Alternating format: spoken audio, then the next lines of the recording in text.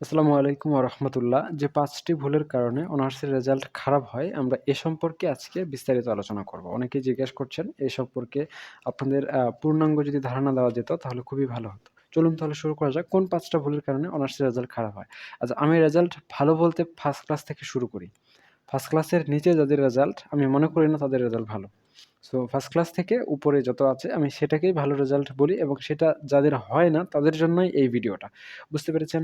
So সবচেয়ে বেশি common যে প্রবলেমটা পাওয়া যায়, আমি খাতা কাটলেও পাই, সেটা হচ্ছে শিক্ষার্থীরা কি উত্তর করতে পারে না জানেন? প্রাসঙ্গিক উত্তর করতে পারে না। এখানে কিন্তু অনেক বিষয় আছে। অনেক শিক্ষক আবার ভালো করে খাতা কাটে না। তবে এমন শিক্ষকের সংখ্যা আ সর্বোচ্চ হলে 10% হবে। এমন না যে কেউই ভালো করে খাতা কাটে না। বেশিরভাগই করে এবং 90% এর মতো আশেপাশে, মানে এটা approximately আমি বলতেছি, ভালোভাবেই খাতা কাটে। ঠিক আছে?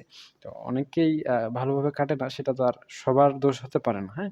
তো ১ নম্বরে হচ্ছে শিক্ষার্থীরা প্রাসঙ্গিক উত্তর করে না। প্রশ্নে যেটা চাইছি সেটা না লিখে ওইটার মতোই অন্য কোনো একটা অ্যান্সার দিয়ে দেয়। ফর এক্সাম্পল, আমি যদি সহজ ভাষায় আপনাদের বলি, মনে করেন আপনাদের প্রশ্নে বলা হয়েছে যে আ হচ্ছে আপনি আপনাদের গ্রাম সম্পর্কে লেখেন। তো আপনি অ্যান্সারটা করছেন এভাবে যে, আমাদের গ্রামের নাম অমুক, গ্রামে একটি প্রাথমিক বিদ্যালয় রয়েছে, বিদ্যালয়ের সামনে একটি মাঠ আছে, বিশাল বড় মাঠ, মাঠে গরু ঘাস খায়, গরুর ২ টা পা, আ ২ টা উম সরি গরুর ৪ টা পা, ২ টা হচ্ছে কান, ২ টা চোখ, ১ টা মাথা, গরু আমাদের দুধ দেয়, দুধ খুবই উপকারী বস্তু। আ যেহেতু হচ্ছে গরু আমাদের দুধ দেয় এবং গরু হচ্ছে মাঠে ঘাস খায়। আর মাঠটা আমাদের গ্রামে আছে, তাই আমি আমার গ্রামকে খুব ভালোবাসি। এখন এইটা কি বলেন তো, মনে করেন আপনাদের গ্রামের বর্ণনা হইছে, এইটা যতটা না আপনাদের গ্রামের বর্ণনা হইছে তার থেকে বেশি পরিমাণ গরুর রচনা হয়ে গেছে।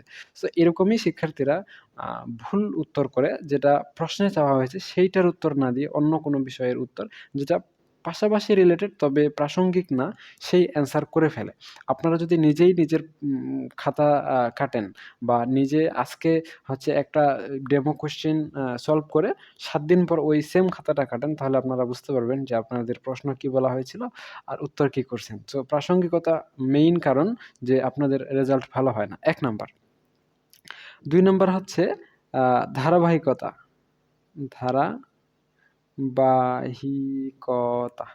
অনেকেই ধারাবাহিকতা বজায় রাখে না। ধারাবাহিকতা বলতে কি বোঝায়?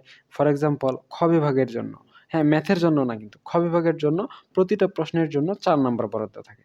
সো আপনি ২ পেজ লিখবেন, PAGE ২ পেজ লিখবেন। এটা স্ট্যান্ডার্ড। আপনি ৩ পেজও লিখতে পারেন। ২ থেকে ৩ অ্যাজ ইউর উইশ। তবে ২ এর কম লেখা ৪ নাম্বারের জন্য শোভনীয় নয়। আর ৩ এর বেশি লিখতে গেলে হয়তোবা আপনি লিখে শেষ করতে পারবেন না। এখন শিক্ষার্থীরা করে কি যে, ১ম ২-১ টা প্রশ্ন ২, ৩, ৪ পেজ পর্যন্ত লিখে ফেলে।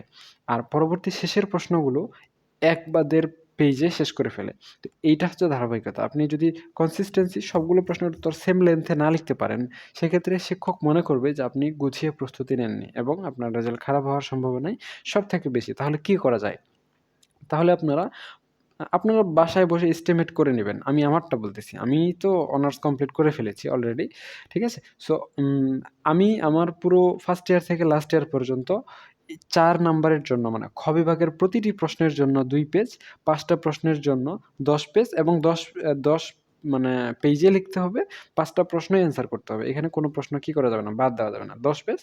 আর গ বিভাগের জন্য হচ্ছে আপনার ১০ নাম্বার। সো উম আমি সেখানে ২ পেজ করে ৫ নাম্বারের জন্য ২ টা প্রশ্ন থাকে। তো হচ্ছে সেই হিসেবে ৪ টা কোয়েশ্চেন, অর্থাৎ হ্যাঁ, ২ দুগুণি ৪, ৪ এ ১৬, সরি এখানে ভুল লিখেছি। নাম্বার সহ হিসাব করে ফেলেছি। সরি।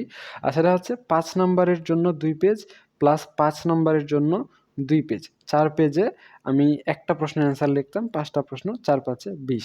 আর ক বিভাগের জন্য ২ পেজ লাগলেও লিখতাম, না লাগলেও। মনে করেন ১ম টা তো অর্ধেক থাকে। সো সেটাতে কভার নাও হতে পারে। সেজন্য তার পরের পেজটা আমি এমনি রেখে দিতাম, খালি রেখে দিতাম। সেটা যদি আমার প্রয়োজন হতো তাহলে লিখতাম, নাহলে নাই। আল্টিমেটলি আমার ২ টা পেজ লাগতো। সো আমার বেশিরভাগ পরীক্ষা ৮০% এর সরি ৫০% এর উপরে পরীক্ষা হচ্ছে আমার ৩২ পেইজে গেছে। এখন কিছু, কিছু পরীক্ষায় আমি বেশি লিখেছি। For example taxation in Bangladesh. এখন এই পরীক্ষাটাতে 50% ম্যাথ, 50% থিওরি।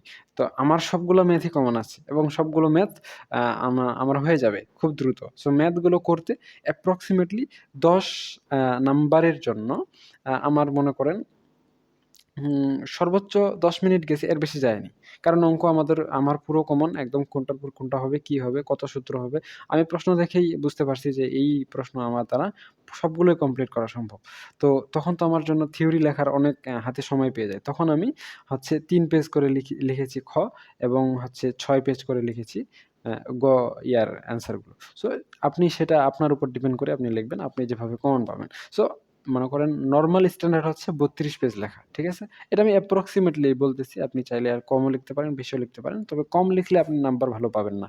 মানে ফার্স্ট ক্লাস পেতে পারেন এমন লেখা আপনার হবে না। ২ নাম্বার ধারাবাহিকতা। তাহলে আপনাকে ধারাবাহিকভাবে লিখতে হবে। যেমন খ বিভাগের জন্য প্রতিটি প্রশ্নের জন্য ২ পেজ, ২ পেজ করে লিখতে পারেন, ১.৫ পেজ করেও লিখতে পারেন, ২.৫ পেজ করেও লিখতে পারেন। As your wish. আপনি যেভাবে লিখতে পছন্দ করেন সেভাবেই লিখবেন। আর গ বিভাগের জন্য ৪ পেজ করে লিখতে পারেন। আমি নিজে ৪ পেজ লিখছি। অনেকে ৫, ৬, ৭ পর্যন্ত লিখে। সো আপনি যদি অত স্পিডে লিখতে পারেন, ভালো লিখতে পারেন তাহলে অবশ্যই, অবশ্যই আপনি ৭ পেজ লিখবেন। আর যদি অত স্পিডে না লিখতে পারেন, আমার মতো আপনি দুর্বল শিক্ষার্থী হন যে এত দ্রুত লিখতে পারেন না, সেক্ষেত্রে আপনি ৪ পেজ করে লিখে দিবেন ১০ নাম্বারের জন্য। এতটুকুই এনাফ। ৩ নাম্বারে চলে আসে আমার হাতের লেখা। আগে কিন্তু হাতের লেখা অতটা দেখা হতো না।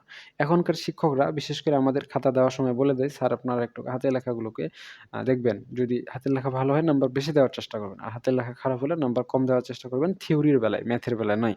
ম্যাথের বেলায় আপনার সূত্র, ক্যালকুলেশন এবং উত্তর এই ৩ টা জিনিস দেখা হয়। ম্যাথের বেলায় সূত্র, ক্যালকুলেশন, হ্যাঁ? এবং উত্তর এটা দেখা হয়। আমাদের কিন্তু সূত্র জানা থাকে, কোন সূত্র আসবে আর উত্তর দেওয়া হয়।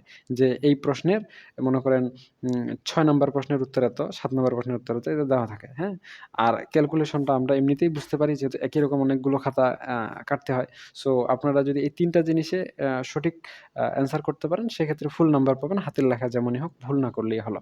সো হাতের লেখাটা খুবই গুরুত্বপূর্ণ।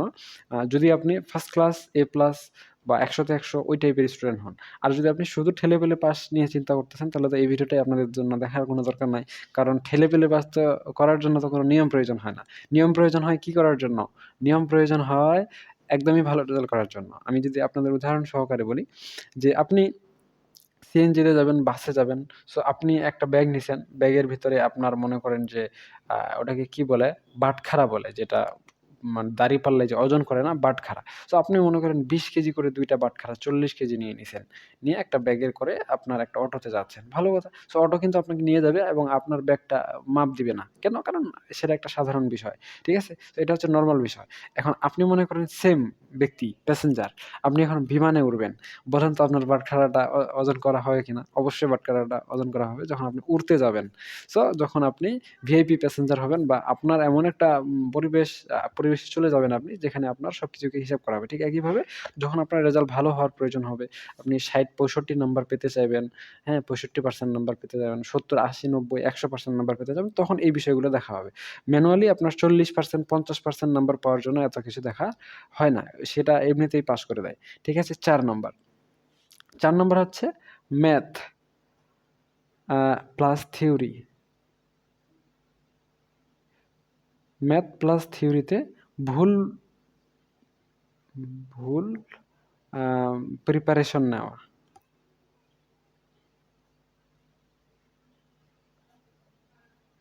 ম্যাথ এবং থিওরিতে ভুল প্রিপারেশন নেওয়া। এখন আমি যে উদাহরণটা দিলাম, আমি ট্যাক্সেশনে ৫% হচ্ছে ম্যাথ, আ ৫০% ম্যাথ, ৫০% থিওরি। সো আপনি ম্যাথের জন্য আলাদাভাবে প্রস্তুতি নিবেন, থিওরির জন্য আলাদাভাবে প্রস্তুতি নিবেন। এটা ঠিক আছে। ঠিক আছে? এখন যে শুধু পাস করতে চায়, সে শুধু ম্যাথ করলেই যথেষ্ট, ওকে আর থিওরি পড়ার দরকার নাই। অথবা শুধু থিওরি পড়লেই যথেষ্ট, তাকে আর ম্যাথ করার দরকার নাই। কিন্তু যদি আপনি বিজনেস স্ট্যাটিস্টিকসে থিওরি পরীক্ষার প্রস্তুতি নেন, মনে করেন থিওরি পড়েন, তাহলে কি আপনার এটার প্রস্তুতি হইল ভালো? তো বিজনেস স্ট্যাটিস্টিক্সে আপনাকে অবশ্যই ম্যাথ প্রস্তুতি নিতে হবে। আপনাকে ম্যাথ করতে হবে। ম্যাথের উপর আপনার রেজাল্ট ভালো হবে, পাস করবেন, ফেল করবেন, যা আছে সব। যেমন বিজনেস ম্যাথ আছে, হ্যাঁ? বিজনেস ম্যাথে যদি আপনি থিওরি পড়ে গিয়ে ভালো রেজাল্ট করতে যান তাহলে আর হইলো? আর আপনি যদি ভালো স্টুডেন্ট হন তাহলে তো আপনি ম্যাথ করবেন। আর যদি ম্যাথ করেন, শুধু ম্যাথ করেই তো A+ পাওয়া সম্ভব।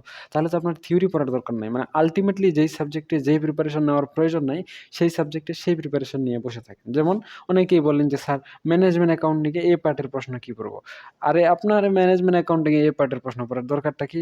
ম্যানেজমেন্ট অ্যাকাউন্টিংয়ে আপনি ম্যাথ করবেন। ম্যাথ করে আপনার 64 নাম্বার পাবেন বা 64 এর উপরে পাবেন। আপনি A+ হয়ে যাবেন। আপনি কি A+ এর উপরে আরো অন্য কোনো গ্রেড আনতে চান?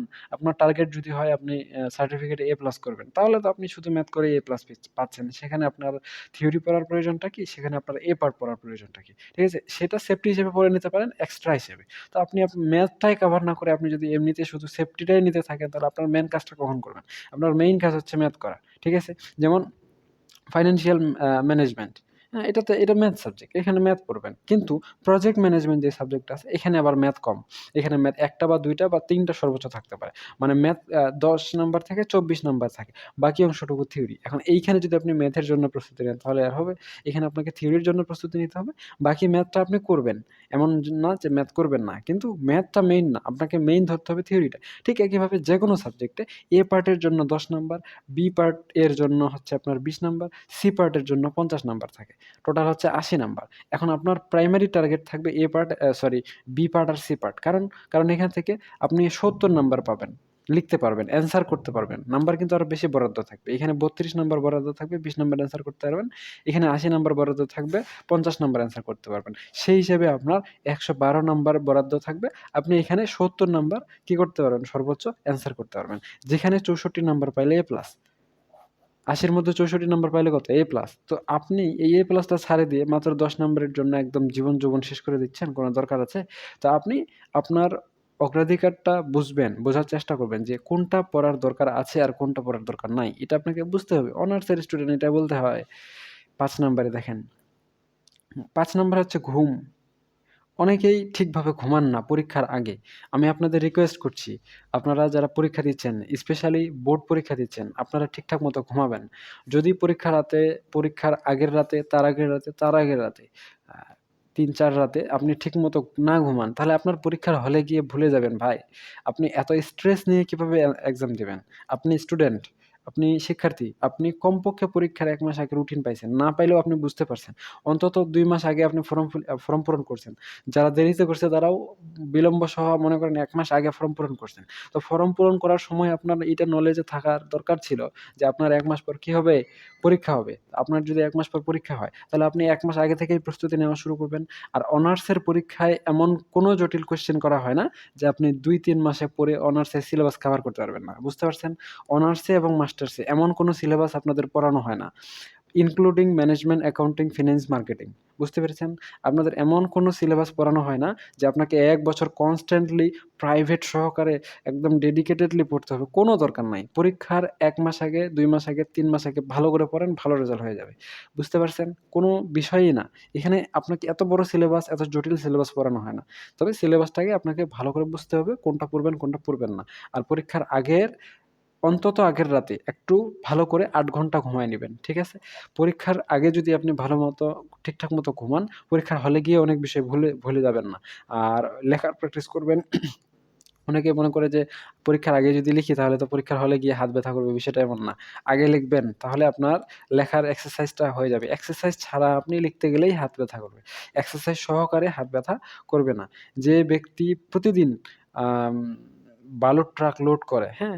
তো সে যদি কন্টিনিউয়াস ২-৩ মাস বালুর ট্রাক লোড করে সে কিন্তু তার হাত কিন্তু ব্যথা হবে না। আর যে হঠাৎ করে একদিন বালুর ট্রাক লোড করতে যায় তার কিন্তু হাত ব্যথা হয়, শরীর ব্যথা হয়। ঠিক একইভাবে যে হঠাৎ করে লিখতে যায় তার হাত ব্যথা হয়। যে রেগুলার লেখে তার হাত ব্যথা হয় না। সো এই বিষয়টাকে খেয়াল রাখবেন। তাহলে আমি একটু সামারাইজ করি আপনাদের ১ম থেকে শেষ পর্যন্ত। প্রশ্নের উত্তর প্রাসঙ্গিক করবেন তাহলেই ভালো রেজাল্ট হবে। ধারাবাহিকতা বজায় রাখবেন।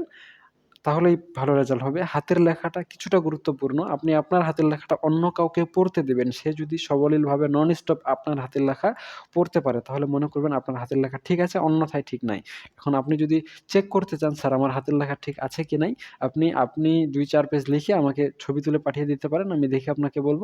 অথবা আপনার শুভাকাঙ্ক্ষী কেউ যাকে দিয়ে আপনি আপনার হাতের লেখা পড়ায় দিতে পারেন, আপনার স্যার, আপনার সহপাঠী, আপনার বন্ধু-বান্ধব, আপনার ফ্যামিলি মেম্বার ইত্যাদি, ইত্যাদি। আপনার ছোট ভাই, আপনার বড় ভাই, আপনার ছোট বোন, আপনার বড় বোন তাদেরকে দিয়ে একটু পড়ায় নিবেন। আপনার লেখাগুলো তারা যদি ঠিকঠাক মতো পড়তে পারে নন স্টপ সাবলীলভাবে, তাহলে মনে করবেন হাতের লেখা ঠিক আছে।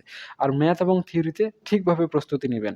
থিওরির কোন অংশটাতে পড়তে হবে, কোনটা পড়তে হবে না এটা আপনারা বুঝবেন। এটাকে অগ্রাধিকার দিবেন। বেশি গুরুত্বপূর্ণটা আগে পড়বেন। এ প্লাসের স্টুডেন্ট হলেও আপনি এ প্লাসের স্টুডেন্ট হলেও একদম ১ম অধ্যায় থেকে শেষ অধ্যায় পর্যন্ত সিরিয়াল মেইনটেইন করে পড়ার কোনো প্রয়োজন নাই। আপনি দেখবেন ১ম অধ্যায় থেকে ১০ম অধ্যায়ের মধ্যে কোন চ্যাপ্টারটা বেশি গুরুত্বপূর্ণ সেটা আগে পড়বেন।